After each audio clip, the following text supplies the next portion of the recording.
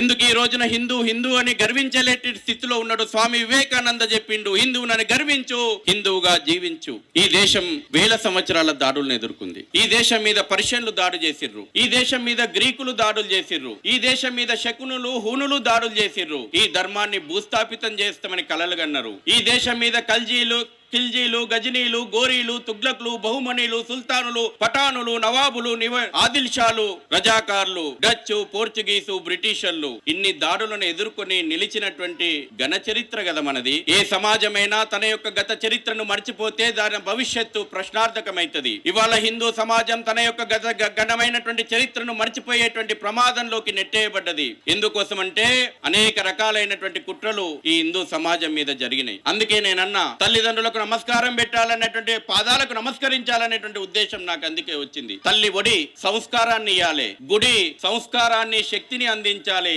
బడి జ్ఞానాన్ని, కర్తవ్యాన్ని బోధించాలి. హిందూ సమాజంలో ఒడి, గుడి, బడి మనిషిని తీర్చిదిద్దినటువంటి రోజున సమాజం నిలవరగలిగింది, శివమెత్తింది. ఒడి, గుడి, బడి తన యొక్క విధులను నిర్వర్తించడం లోపట వెనుకడిగేస్తుంది కాబట్టి శక్తి విహీనంగా శవంగా మిగులుతుంది.